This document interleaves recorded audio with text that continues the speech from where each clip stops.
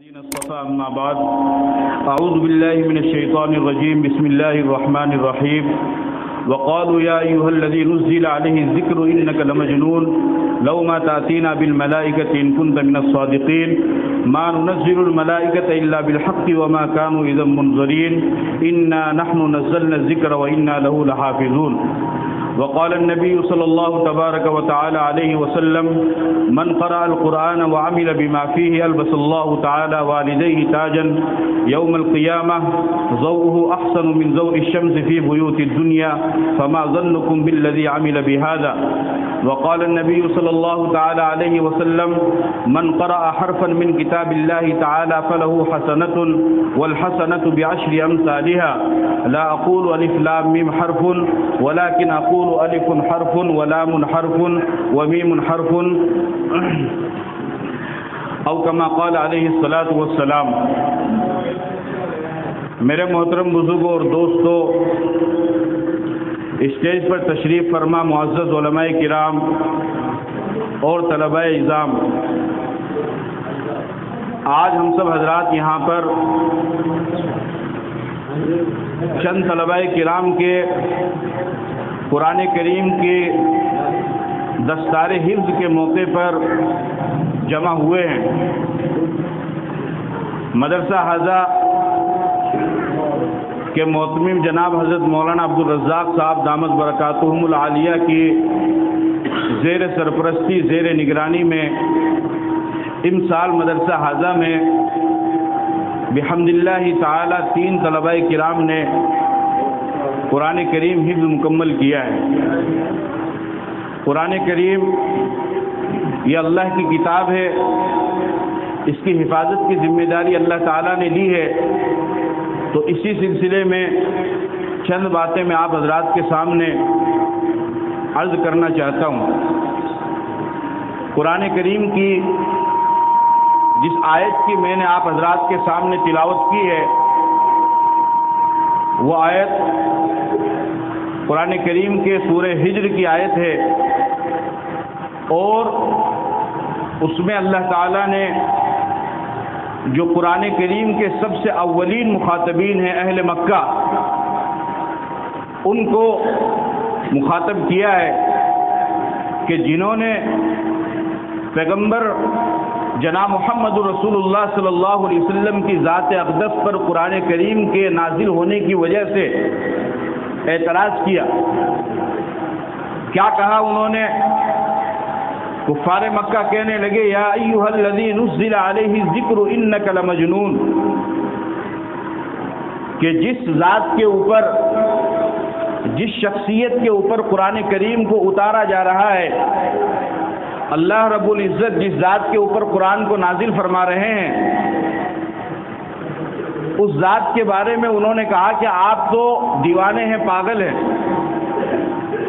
تو اللہ تعالیٰ نے اس کا جواب دیا، وہ کہنے لگے لو ما تأتینا بالملائکۃ ان کنت من الصادقین، کہ اے محمد اگر واقعتاً آپ اپنے قول میں اور اپنے دعوے میں سچے ہیں، اور آپ کا یہ کہنا کہ میرے پاس آسمان سے فرشتہ آتا ہے وہی لے کر کے، اور آسمان سے اللہ کی طرف سے قرآن کریم کی آیات کا نزول میرے اوپر ہوتا ہے اور فرشتہ آپ کے پاس میں آتا ہے، اگر آپ اپنے قول میں سچے ہیں تو ہم آپ کی بات کو اس وقت تسلیم کریں گے کہ جب آپ جس طریقے سے فرشتے کو اترتا ہوا دیکھتے ہیں، قرآن کی وحی کو لاتا ہوا دیکھتے ہیں، اسی طریقے سے ہم بھی فرشتوں کو اپنی آنکھوں سے دیکھ لیں۔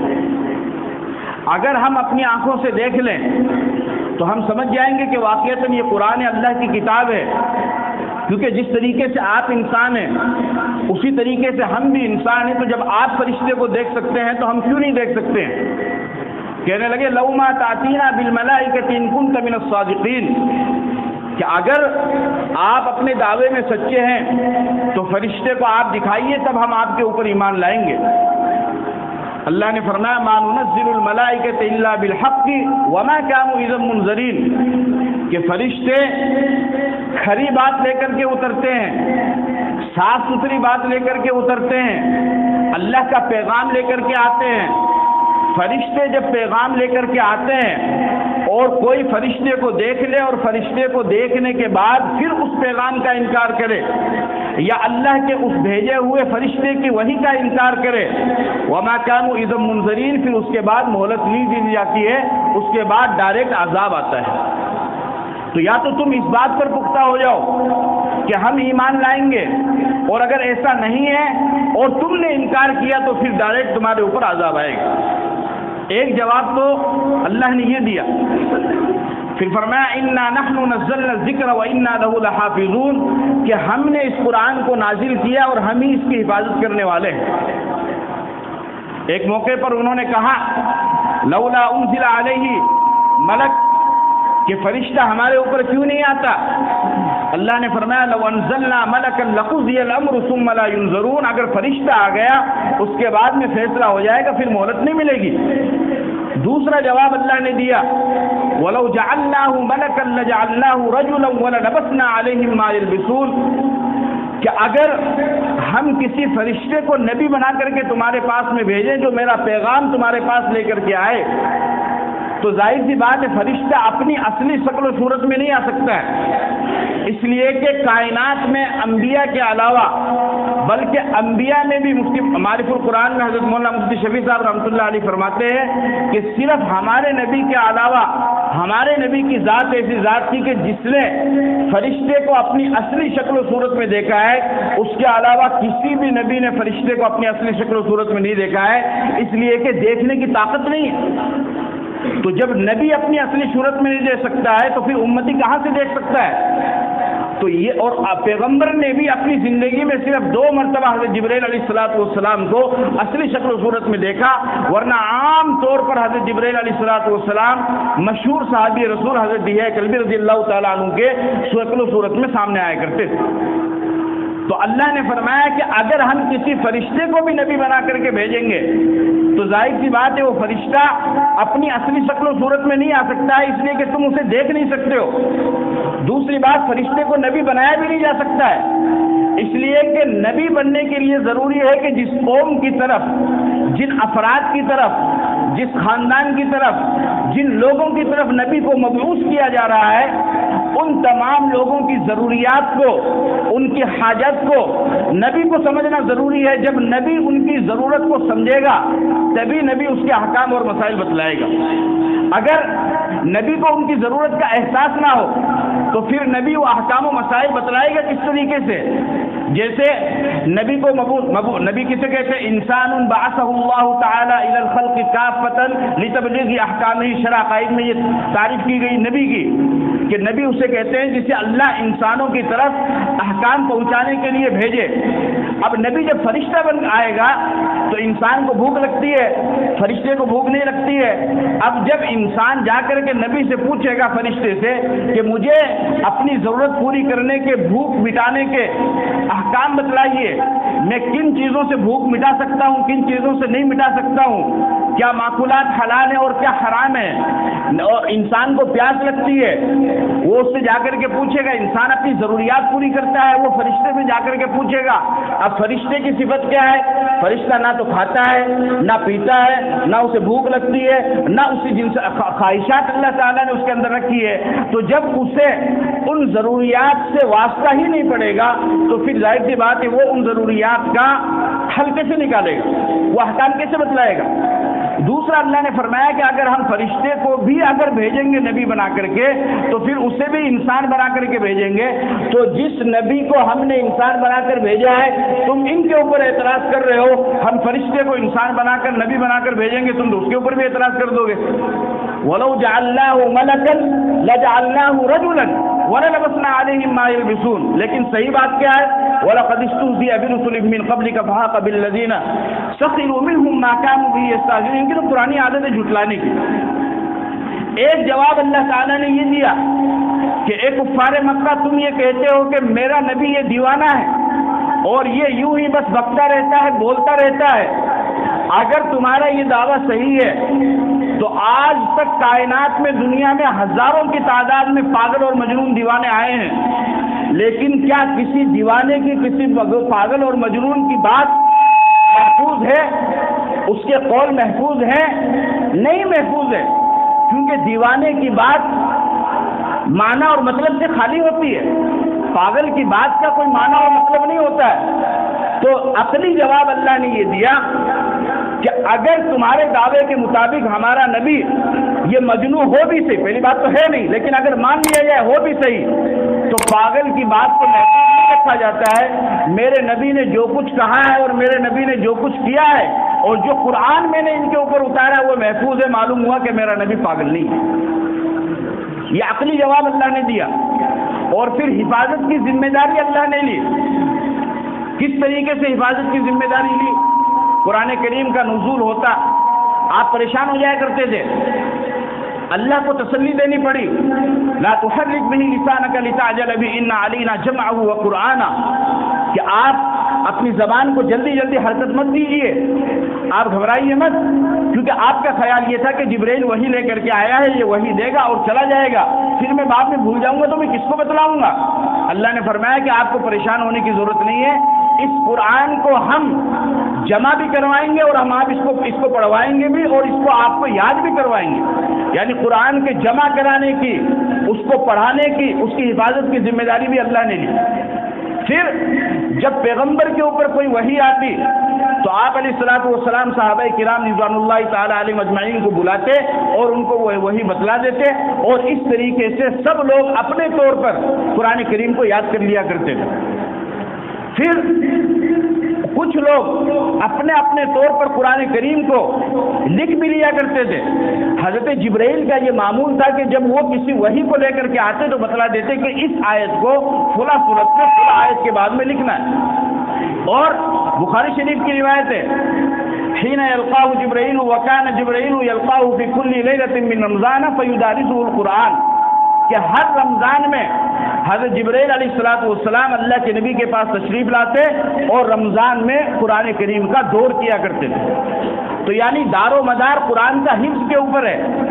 میں آپ کو یہ بتاتا چلوں کہ اس بات کو آپ میری گفتگو کو دھیان سے سنیں گے تو آگے آخر میں جو میں نتیجہ نکالوں گا اس کو سمجھنے میں آسانی ہوگی۔ اس بات کو آپ سمجھ لیجئے کہ قرآن کریم کی حفاظت کا دار و مدار وہ حفظ کے اوپر ہے، وہ دماغوں کے اوپر ہے، وہ یاد کرنے کے اوپر ہے، وہ لکھنے کے اوپر نہیں ہے۔ چنانچہ اخیر سال میں حضرت جبرائیل علیہ السلام 2 مرتبہ تشریف لائے۔ آپ نے فرمایا کہ اب ایسا لگتا ہے کہ میری زندگی کا آخری وقت آ گیا ہے۔ پوچھا کیسے یا رسول اللہ؟ فرمایا کہ حضرت جبرائیل رمضان میں ایک ہی مرتبہ آتے تھے، اس مرتبہ دو بار تشریف لائے ہیں، ایسا لگتا ہے کہ شاید اب میری زندگی کا وقت قریب آنے والا ہے۔ بہرحال سارا کا سارا قرآن کریم جمع ہو گیا، صحابہ نے یاد بھی کر رکھا ہے اور اپنے طور پر لکھ بھی رکھا ہے۔ حضور کا انتقال ہو گیا۔ حضور اکرم صلی اللہ علیہ وسلم کے انتقال کے بعد فوراً ایک بہت خطرناک فتنہ ارتداد کی شکل میں کھڑا ہوا، جس کا مقابلہ کرنا جلیل القدر صحابی کہ جن کے نام سے شیطان بھی کہتا ہے ان الشیطان لا یخاف منک یا عمر، کہ اے عمر تیرے نام سے تو شیطان بھی کانپتا ہے، وہ بھی اپنے آپ کو ہوش میں نہ رکھ سکے۔ اور انہوں نے بھی حضرت ابوبکر صدیق رضی اللہ تعالیٰ عنہ کو تخفیف کرنے کا حکم دیا۔ حضرت ابوبکر صدیق نے ان کے گریبان کو پکڑا اور فرمایا جبار فی الجاہلیہ وقوار فی الاسلام، کہ جاہلیت میں تو بڑے مضبوط تھے، اسلام میں آنے کے بعد میں کمزور ہو گئے ہو، ضعیف ہو گئے ہو۔ بہرحال وہ سمجھ گئے۔ ارتداد کیا کھڑا ہوا؟ مسیلمہ کذاب، اس نے نبوت کا دعویٰ کر دیا۔ آپ نے تو پہلے ہی فرما دیا تھا اسود عنسی اور مسیلمہ کذاب یہ دونوں حضور کے زمانے میں موجود تھے اور دونوں نے دعویٰ کیا تھا۔ پہلے اسود عنسی نے کیا، دوسرے نمبر پہ مسیلمہ میں کیا، لیکن مشہور زیادہ مسیلمہ کذاب ہو گیا۔ اور آپ نے فرمایا ستکون فی امتی کذابون ثلاثون کلہم یزعمون انہ نبی وانا خاتم النبیین لا نبی بعدی، کہ میری امت کے لوگوں خبردار رہنا کہ میرے بعد تقریباً 30 جھوٹے آئیں گے اور سب نبوت کا دعویٰ کریں گے، لیکن میں تمہیں خبردار کر کے جا رہا ہوں کہ میں آخری نبی ہوں، میرے بعد کوئی نبی نہیں ہے۔ بے شمار لوگ آئے، دعویٰ کیا، مرزا غلام احمد قادیانی بھی کیا پنجاب میں۔ مسیلمہ کذاب کا فتنہ کھڑا ہوا۔ بہت سارے لوگ جو نئے نئے مسلمان ہوئے تھے یا اپنے ظاہری طور پر اپنے آپ کو مسلمان ظاہر کر رہے تھے وہ اس کے ساتھ شامل ہو گئے، اور بہت سارے لوگ انہوں نے زکوٰۃ کا انکار کر دیا، اور دلیل کیا دی کہ قرآن میں اللہ نے کہا خذ من اموالہم صدقۃ تطہرہم وتزکیہم بہا وصلی علیہم، کہ آپ ان سے زکوٰۃ لیجیے، خذ فعل امر ہے، یعنی مخاطب کو حکم ہے کہ آپ زکوٰۃ لیجیے، اور واحد ہے، خذو نہیں ہے، خذ ہے، علماء جانتے ہیں۔ کہنے لگے زکوٰۃ کا انکار نہیں کیا، دینے سے منع کر رہے تھے۔ حضرت ابو بکر صدیق نے فرمایا کہ یہ حضور کے ساتھ خاص نہیں ہے، زکوٰۃ جس طرح پیغمبر کے زمانے میں فرض تھی اس طریقے سے پیغمبر کے جانے کے بعد بھی فرض ہے۔ پھر حضرت ابو بکر نے فرمایا واللہ لو منعونی عقالا كانوا يؤدونه في زمن رسول الله صلی اللہ علیہ وسلم لأجاهدنهم وفي روایت لأقاتلنهم، فرمایا کہ خدا کی قسم اگر تم کسی ایک نکیل کا بھی انکار کرو گے زکوٰۃ میں دینے سے تو میں تمہارے خلاف مقابلہ کروں گا، ایسا خطرناک معاملہ پیش ہے۔ اور اس وقت مسلمہ کذاب سے جنگ کی نوبت آئی، اس جنگ کا نام ہے جنگ یمامہ۔ اس جنگ یمامہ میں 700 قرآن کریم کے حافظ شہید ہو گئے، 700 قرآن کریم کے حافظ جنگ یمامہ میں شہید ہو گئے۔ حضرت ابو بکر صدیق رضی اللہ تعالیٰ عنہ نے سوچا کہ اگر اتنی بڑی تعداد اس طریقے سے حافظ قرآن کی شہید ہوتی رہے گی تو خدا نہ خواستہ کہیں ایسا نہ ہو کہ سب کے سب حافظ قرآن دنیا سے چلے جائے اور پھر قرآن وہ ہمارے درمیان میں موجود نہ رہ سکے۔ تو حضرت ابو بکر صدیق نے اس مسئلے کو حل کرنے کے لیے حضرت عمر کو اپنے پاس بلایا۔ حضرت عمر نے فرمایا کہ اے ابو بکر صدیق امیر المومنین، جس کام کو نبی نے نہیں کیا آپ کیوں کر رہے ہیں؟ تو حضرت ابو بکر نے فرمایا واللہ ان خیر، کہ یہ کام ٹھیک ہے۔ حضرت عمر فرماتے ہیں کہ مجھے بھی بات سمجھ میں آ گئی۔ پھر انہوں نے جو مشہور کاتب وحی ہے، 16 صحابہ کرام کاتبین وحی میں ان کا شمار ہوتا ہے، ہر وقت اللہ کے نبی کے پاس موجود ہوتے تھے اور جو قرآن کی آیت اترتی اس کو نقل کرتے تھے، لکھتے تھے۔ ان میں مشہور ہے زید بن ثابت انصاری رضی اللہ تعالیٰ عنہ، ان کو بلایا اور فرمایا کہ ایسی سی بات ہے۔ حضرت زید بن ثابت نے فرمایا کہ جو کام پیغمبر نے نہیں کیا آپ حضرات کیوں کر رہے ہیں؟ ان کو بھی بات بتائی، سمجھائی، سب کو بات سمجھ میں آ گئی۔ کہا تم قرآن کو لکھنا شروع کرو۔ لکھنا شروع ہو گیا تو شرط کیا لگائی گئی؟ شرط یہ لگائی گئی کہ جس کے پاس جو کچھ بھی نبی کے زمانے کا لکھا ہوا قرآن موجود ہے وہ اس قرآن کو لے کر کے آئے، جس نے اپنے اپنے طور پر چمڑے پر جس چیز پر بھی یہ لکھ کر کے رکھ رکھا ہے وہ اس کو لے کر کے آئے، چنانچہ اور ساتھ میں ایک گواہ بھی لے کر کے آئے۔ چنانچہ تمام صحابہ اپنے اپنے طور پر قرآن کریم کو لاتے رہے اور جمع کرتے گئے۔ سورہ توبہ کی آخری آیت، وہ آیت تو مل گئی لیکن اس کا کوئی گواہ نہیں ملا۔ تو معلوم کیا تو جن صحابی کے پاس وہ آیت لکھی ہوئی تھی وہ صحابی آئے، انہوں نے فرمایا کہ یہ آیت میرے پاس موجود تو ہے لیکن اس کا کوئی گواہ نہیں ہے۔ حضرت زید بن ثابت نے اس آیت کو دیکھا تو انہوں نے دیکھا کہ ان کے ہاتھ کی ہی لکھی ہوئی ہے، فرمایا کہ میں خود اس کا گواہ ہوں۔ بہرحال پورا قرآن کریم کو جمع کر کے ایک تھیلے میں ڈال کر کے حضرت ابو بکر صدیق کے پاس میں رکھ دیا گیا۔ حضرت ابو بکر صدیق نے اس کو رکھوایا حضرت عائشہ کے پاس میں، کیونکہ حضرت عائشہ حضرت ابو بکر صدیق کی صاحبزادی ہیں، جب ضرورت پڑے گی اس تھیلے کو منگا لیں گے اور اس کے ذریعے سے مسائل حل کریں گے، اور ویسے لوگوں کو یاد بھی ہے۔ لیکن اس مسئلے کے ہو جانے کے بعد لوگوں میں، مسلمانوں میں ایک جذبہ پیدا ہوا اور وہ بچے، بوڑھے، جوان، مرد، عورت سب نے حفظ قرآن کریم کرنا شروع کر دیا۔ پھر حضرت عثمان غنی رضی اللہ تعالیٰ عنہ کے زمانے میں ایک واقعہ پیش آیا۔ کرمان افغانستان میں وہاں پر جنگ چل رہی ہے۔ حضرت حذیفہ ابن الیمان رضی اللہ تعالیٰ عنہ جنگ سے واپس آئے تو انہوں نے حضرت عثمان سے فرمایا کہ امیر المومنین، اس سے پہلے کہ امت اختلاف میں پڑ جائے آپ امت کو ایک پلیٹ فارم پر جمع کر دیجیے۔ فرمایا کیا بات ہوئی؟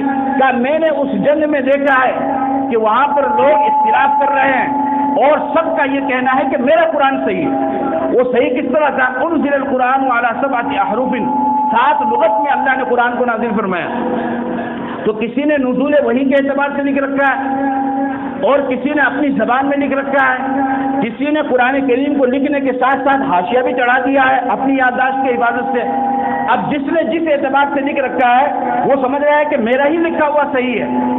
تو حضرت عثمان غنی کو جب اس کا علم ہوا کہ اختلاف پھیل رہا ہے اور قرآن پر لوگ اختلاف کر رہے ہیں، تو سارے شہر میں امیر المومنین نے حکم دیا کہ حضرت زید بن ثابت کو پھر بلایا اور کہا کہ آپ یہ کام کیجئے اور قرآن کریم کو پھر سے جمع کروائیے۔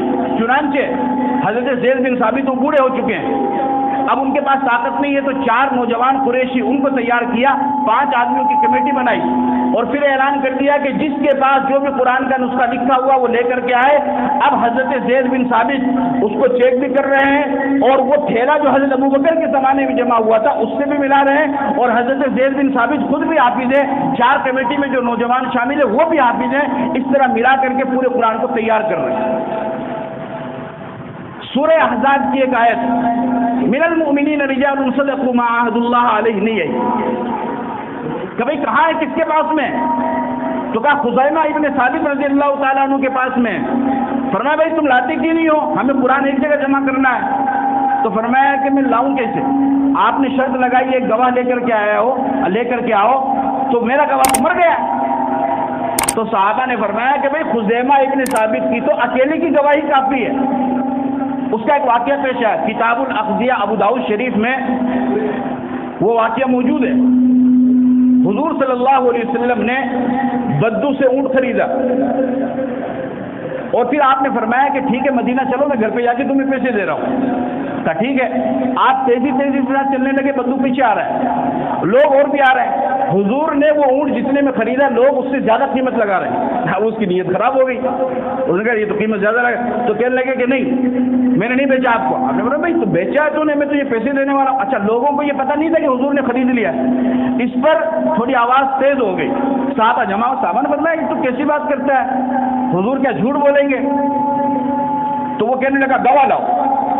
حضور نے فرمایا بھائی میرے تیرے علاوہ کوئی تھا ہی نہیں، میں گواہ کہاں سے لاؤں؟ فرمایا پھر تو میں نہیں مانتا، میرا اونٹ واپس دو، وہ زیادہ پیسے کے چکر۔ حضرت خزیمہ ابن ثابت انصاری رضی اللہ تعالیٰ عنہ وہاں پر آئے اور فرمایا کہ میں گواہی دیتا ہوں کہ آپ نے یہ اونٹ خریدا اور اس نے بیچا۔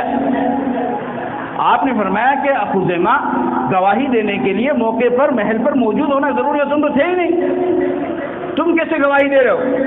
بما تشهد ولم تكن معنا، کیسے گواہی دے، تم تو ہمارے ساتھ تھے ہی نہیں۔ فرمایا کہ میں گواہی دے رہا ہوں۔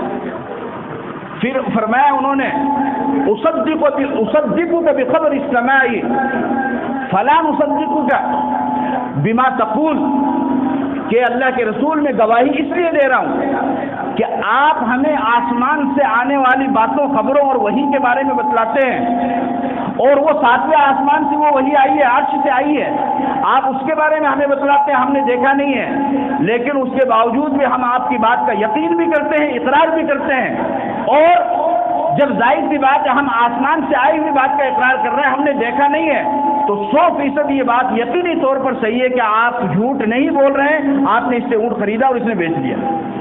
تو آپ نے فرمایا فجعل رسول اللہ صلی اللہ علیہ وسلم شہادت خزیمہ بن ثابت بشہادت رجلین، آپ نے خزیمہ ابن ثابت کی اکیلے کی گواہی کو 2 آدمیوں کے برابر قرار دیا۔ چنانچہ ان کی گواہی 2 آدمیوں کے برابر کر دی گئی، اور اس طریقے سے حضرت عثمان نے تمام امت کو ایک قرآن پر جمع کر لیا، اور پھر حضرت عثمان نے حکم دیا کہ اس کے علاوہ جتنی بھی دوسری لغت میں قرآن کریم لکھے ہوئے ہیں سب کو جلا دیا جائے۔ اب صرف 5 قرآن ہیں، ایک حضرت عثمان نے اپنے پاس رکھا اور 4 قرآن کو بڑی بڑی سٹیوں میں، شہروں میں بھیج دیا کہ سب لوگوں کو کہو کہ قرآن کریم کو جو پہلے والا تھا اس کو ہٹا دیں اور اس کے مطابق نقل کریں۔ اب حضرت عثمان کے اس جمع کرنے کے بعد الحمدللہ پوری امت، چاہے وہ کسی بھی مسلک یا مذہب سے تعلق رکھتے ہوں، سب کا اس بات پر اتفاق ہے کہ قرآن کریم کی الحمد سے لے کر وہ ناس تک کسی بھی زبر زیر میں کسی کا کوئی بھی اختلاف نہیں۔ تو جامع القرآن ابو بکر صدیق بھی ہیں اور جامع القرآن عثمان غنی بھی ہیں۔ جامع القرآن ابو بکر صدیق کس طرح ہے کہ جو بکھرا ہوا قرآن تھا اس کو ایک جگہ جمع کروایا، اور جامع القرآن حضرت عثمان کس طرح ہے کہ جو مختلف لغتوں میں پھیلا ہوا قرآن تھا اس کو ایک لغت میں حضرت عثمان نے جمع کروا دیا۔ یہ جامع القرآن ہے۔ اسی وجہ سے یہ جو جامع القرآن ہے یہ حضرت عثمان نے نہیں لکھا، جمع تو اللہ نے پہلے ہی کروا دیا، ان علینا جمعہ و قرآن، ہم اس کو جمع کرائیں گے۔ لوگوں کو جو اعتراض ہوتا ہے، 2-4 دن پہلے ابھی آپ نے سنا ہوگا ایک صاحب نے بھی اعتراض کیا قرآن کی 26 آیتوں کے بارے میں. آپ سب حضرات جانتے ہیں, نام لینا مناسب نہیں کیونکہ دارالعلوم دیوبند کے لیٹر پیڈ پر بھی یہ لکھا ہے معروف اسلام شخص دشمن, اور دارالعلوم دیوبند نے بھی وضاحت کی کہ ایسے افراد کا نام لینے سے بھی گریز کرنا چاہیے, اس لیے نام نہیں لے رہا, آپ جانتے ہیں. اس نے اعتراض کیا, اس نے یہی کہا نا کہ عمر, عثمان اور علی رضی اللہ تعالیٰ عنہ انہوں نے بعد میں کچھ آیتیں اس کے اندر شامل کر دی ہے. وہ اسی طریقے سے لوگوں کو دھوکہ لگ رہا ہے کہ انہوں نے جمع نہیں, جمع تو پہلے ہی کیا ہوا ہے, بس جو قرآن تھا اس کو ایک جگہ انہوں نے اکٹھا کروایا. اس طریقے سے اللہ تعالیٰ نے قرآن کریم کو ایک جگہ جمع کروایا اور اس کے بعد پھر حفظ قرآن کا ایک سلسلہ کائنات کے اندر چلنے لگا, اور الحمدللہ آج حفظ قرآن کا یہ سلسلہ کائنات میں چل رہا ہے. تاریخ میں ایسے بہت سے مواقع آئے کہ قرآن کریم کو مٹا دیا جائے, قرآن کریم کو ختم کر دیا جائے. حضرت پیر ذوالفقار صاحب نے کتاب لکھی ہے لاہور سے تاخات بخارا سمرقند, اس میں حضرت نے روس کے سفر کو بیان کیا ہے اور اسپین کے سفر کو بیان کیا ہے, اندلس کے سفر کو بیان کیا, جس میں انہوں نے پوری تاریخ کو لکھا ہے. حضرت نے فرمایا یہاں پر یعنی ایسی آندھی وہاں پر آئی تھی کہ قرآن کریم پڑھنا تو دور کی بات, اللہ کا نام لینا بھی جرم تھا. اگر کسی بچی کے سر کے اوپر کوئی حجاب نظر آتا یا کوئی اوڑھنی نظر آتی, فوراً اس کو ختم کر دیا جاتا. اپنا نام تم عربی کے نام پر نہیں رکھ سکتے ہو اور قرآن کی تلاوت نہیں کر سکتے ہو, اللہ کا نام نہیں لے سکتے ہو, لیکن اس کے باوجود بھی کس طریقے سے اللہ تعالیٰ نے قرآن کی حفاظت فرمائی. حضرت پیر ذوالفقار صاحب دامت برکاتہم فرماتے ہیں کہ میں وہاں کے عالم سے ملا, میں نے اس سے پوچھا تو اس نے بتایا کہ ہم ایسا کرتے تھے اس زمانے کے اندر کہ ایک بڑا سا ہال نیچے تیار کرتے تھے اور اس ہال کے اندر ایک استاذ کو اور کئی سارے طلبہ کو وہاں پر داخل کر دیا کرتے تھے, اور راشن 6 مہینے کا سال بھر کا اسی کے اندر رکھ دیا کرتے تھے, اور باہر اس ہال کا جو دروازہ ہے اس دروازے پر ہم ایک الماری رکھتے تھے, اس الماری کے اوپر شراب رکھ دیا کرتے تھے, اور جو ملحدانہ گانے آیا کرتے تھے وہ گانے بجا کرتے تھے. جب کوئی پولیس آتی تھی وہ دیکھتی تھی کہ یہ لوگ تو ہمارے مذہب میں داخل ہے اور عیاشی کے اندر پڑے ہوئے ہیں, ان کو یہ پتہ نہیں تھا کہ اس شراب کی الماری کے پیچھے اللہ کا کلام سکھایا جا رہا ہے جس کو تم روکنا چاہتے ہو, روک نہیں سکتا ہے. لیکن یہ, اور پھر ہندوستان کی تاریخ پڑھیے, انگریز کے 2 تو ٹارگیٹ تھے, ایک تو علماء کو ختم کرو اور دوسرے قرآن کریم کے نسخوں کو جلاؤ. لاکھوں کی تعداد میں انگریزوں نے قرآن کریم کے نسخے جلائے. ان کو یہ رپورٹ ملی کہ اگر ہندوستان پر حکومت کرنا چاہتے ہو, ان کو اپنے کنٹرول میں کرنا چاہتے ہو, تو قرآن اور قاری قرآن, علم اور عالم, ان کو ختم کر دو. تو انہوں نے ٹارگیٹ اسی کو بنایا. 1857 کی جنگ آزادی میں کتنے علماء شہید ہوئے. شاملی کا میدان آپ کے سامنے, دلی کی جامع مسجد آپ کے سامنے, چاندنی چوک آپ کے سامنے, کتنے لاکھوں علماء نے شہادت دی, لیکن قرآن کریم کو رائیگاں نہیں ہونے دیا. یعنی دلی کی ایک ایک گلی کے اندر بڑے سے بڑا عالم ہوا کرتا تھا. جب انگریز کا ظلم و ستم ہوا تو پھر دلی جیسے شہر کا یہ حال تھا کہ کوئی فتویٰ دینے والا اور میراث کا مسئلہ بتانے والا بھی موجود نہیں. اس طریقے سے انہوں نے چن چن کر کے ختم کرنا شروع کیا. لیکن کیا قرآن ختم ہو گیا؟ کیا قرآن آج ہمارے درمیان میں نہیں ہے؟ کیا آج ہم قرآن کریم کی تلاوت کر رہے ہیں؟ نہیں کر رہے, بالکل کر رہے ہیں. یہ کیوں ہے؟ اس وجہ سے انا نحن نزلنا الذکر وانا له لحافظون, ہم ہی اس کی حفاظت کریں گے. جس چیز کی حفاظت کی ذمہ داری اللہ لیتا ہے اس کو ساری کائنات ملا کر کے بھی نہیں ختم کر سکتی, مل کر کے بھی اس کو نہیں مٹا سکتی ہے. یہ قرآن کی حفاظت کی ذمہ داری, یہ قرآن کی حفاظت ہوگی کس طریقے سے؟ فرمایا حافظون. حافظون حافظ کی جمع ہے کہ ہم اس کے لیے حافظ کو تیار کریں گے. اللہ کے لیے مشکل نہیں ہے, لیکن چونکہ دارالاسباب ہے تو اللہ حافظ کو تیار کریں گے, اور بچے قرآن کریم کو سیکھیں گے, حافظ بنیں گے, اور اس کے ذریعے سے قرآن کریم کی حفاظت ہوتی رہے گی. چونکہ حافظون اللہ نے فرمایا ہے. آج لاکھوں کی تعداد میں بچے قرآن کریم کو پڑھ رہے ہیں, سیکھ رہے ہیں, اور قرآن کریم کو اپنے سینے کے اندر اتار رہے ہیں. اسی لیے حضرت الاستاذ مفتی سعید احمد صاحب پالنپوری رحمۃ اللہ علیہ فرمایا کرتے تھے کہ کوئی قرآن کو نہیں مٹا سکتا ہے. کیوں؟ اس لیے کہ حافظ کو نہیں مٹا سکتا ہے. حافظ کو کیسے نہیں مٹا سکتا ہے؟ کیونکہ کسی کے ماتھے پر لکھا ہوا نہیں کہ میں حافظ ہوں. چلو کسی کے ماتھے پر لکھا ہوا ہو انا حافظ, میں حافظ ہوں, تو چلو کوئی دشمن اس کو ختم کر دے. لیکن کسی کے ماتھے پر لکھا ہوا نہیں کہ میں حافظ ہوں, تو لہٰذا پتہ نہیں چلے گا. جب پتہ نہیں چلے گا تو کوئی قرآن کو مٹا بھی نہیں سکتا. اور قرآن کو محفوظ کہاں کروایا اللہ نے؟ سینے کے اندر. اب اگر کوئی دشمن کسی حافظ قرآن کے سینے کو چیرے، اس کے دل کو نکالے، اس کے دل کے ٹکڑے ٹکڑے کر دے، اس کا قیمہ قیمہ بنا دے، اس کے باوجود بھی اسے قرآن کریم نہیں ملے گا، تو اللہ کہہ رہا ہے کہ میں قرآن کریم کو محفوظ کروں گا لوگوں کے سینوں میں۔ ہم ٹکڑے ٹکڑے کر رہے ہیں، قرآن نہیں مل رہا ہے، تو یہ قرآن سینے میں ہے کہاں؟ ہمیں تو اس کو ٹکڑے کرنے کے بعد بھی اس کا پتہ نہیں چل رہا ہے۔ فرمایا گھبرانے کی ضرورت نہیں ہے، جب رمضان آئے گا تراویح سننا، الحمد سے لے کر والناس تک حافظ تمہیں قرآن سنائے گا۔ یہ کہاں سے نکل رہا ہے؟ سینے سے نکل رہا ہے سینے میں، تلاش کرنے سے مل نہیں رہا ہے، لیکن نکل کہاں سے رہا ہے؟ سینے میں۔ اس طریقے سے اللہ تعالیٰ نے قرآن کریم کی حفاظت کروائی ہے، لیکن ہمیں اس چیز کو دیکھنا ہے کہ ہم زیادہ سے زیادہ اس میں استعمال ہو جائے اور اللہ تعالیٰ ہمیں اس کام کے لیے قبول کر لے، تو اس سے بڑی خوش نصیبی کی بات کیا ہوگی؟ اور اگر ایسا نہیں ہے تو پھر ہمیں کم از کم اتنا ضرور کرنا چاہیے کہ جو لوگ اس کام کے اندر لگے ہوئے ہیں، جو قرآن کریم کو سیکھنے سکھانے کے اندر لگے ہوئے ہیں، جو ان کاموں کے اندر مشغول ہیں دینی تعلیم کے اندر، تو ان کا اکرام کرنا، ان کا احترام کرنا، ان کی خدمت کرنا، ان کا تعاون کرنا، ان کا ساتھ دینا، ان کی موافقت کرنا، یہ سب ہماری ذمہ داری ہے۔ اگر ہم ان کی طرف سے رخ پھیر لیں گے، کنارہ کشی کر لیں گے، ان کی طرف توجہ نہیں دیں گے، تو پھر اس صورت میں وہ بھی مجبور ہو کر کے دوسری لائن کو اختیار کر سکتے ہیں۔ تو پھر اللہ نہ کرے ایسا وقت آ سکتا ہے کہ ہمیں قرآن کریم کو سکھانے والا کوئی نہیں ملے گا۔ ہمیں قرآن کریم کو سیکھنے والے، سکھانے والے، جو بچے قرآن کریم کے حافظ بنے، ان کا احترام کرنا ہے۔ چنانچہ حدیث پاک میں آپ علیہ الصلوۃ والسلام نے فرمایا من قرأ القرآن وعمل بما فيه، جس نے قرآن پڑھا اور اس پر عمل کیا، البس اللہ تعالی والدیہ تاجا یوم القیامہ، اللہ تعالیٰ قیامت کے دن اس کے ماں باپ کو تاج پہنائیں گے۔ وہ تاج کیسا ہوگا؟ ضوء احسن من ضوء الشمس فی بیوت الدنیا، اس کی روشنی سورج سے بھی زیادہ ہوگی۔ آپ نے فرمایا فما ظنکم بالذی عمل بہذا، میری امت کے لوگوں سوچو اگر وہ سورج خود تمہارے گھر میں آ جائے تو کتنا زیادہ نورانی ماحول ہو جائے گا۔ فرمایا جو حافظ بنے گا، یقال لصاحب القرآن اقرا وارتقی ورتل کما كنت ترتل فی الدنیا فإن منزلتک عند آخر آیۃ تقرؤها، اللہ پاک فرمائیں گے کہ تو جنت کے درجوں پر چڑھتا جا اور قرآن کی تلاوت کرتا جا، جہاں پر تو پہنچے گا آخر میں وہی تیرا مقام ہوگا۔ 6000 درجے اللہ نے حافظ قرآن کے رکھے ہیں۔